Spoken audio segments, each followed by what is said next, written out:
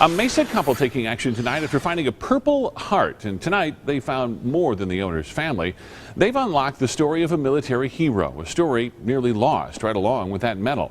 Noelani Graff connecting all the dots for us tonight. No, hey, the real stunner here is this medal was actually for sale at a Goodwill store.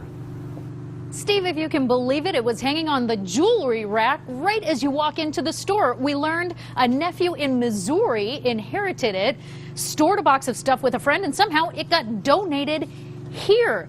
Workers overlooked it, but it caught one couple's eye, and they made it their mission to find the owners. It's a line the Goodwill knows well. One man's trash is another man's treasure. $4.99, purple jewelry. But when Lori Hardy's husband spotted this, they knew this is a treasure that someone had to be missing.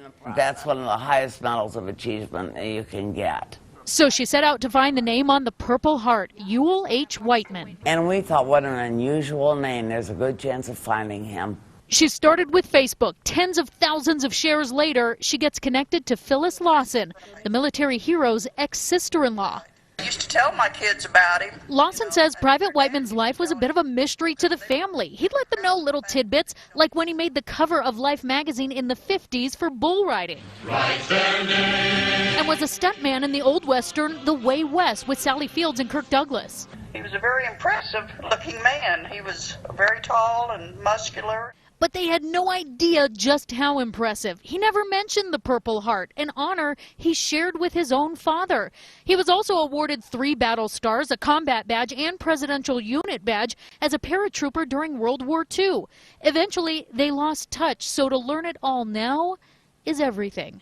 Legacy is something that we don't have a lot of, and it's precious to you. Now, both women say the real hero here is a woman who runs this site, Veteran Buddy Finder. She connected all of them, learned that Private Whiteman died in Seattle in 1991. He is now buried in a national cemetery in Portland.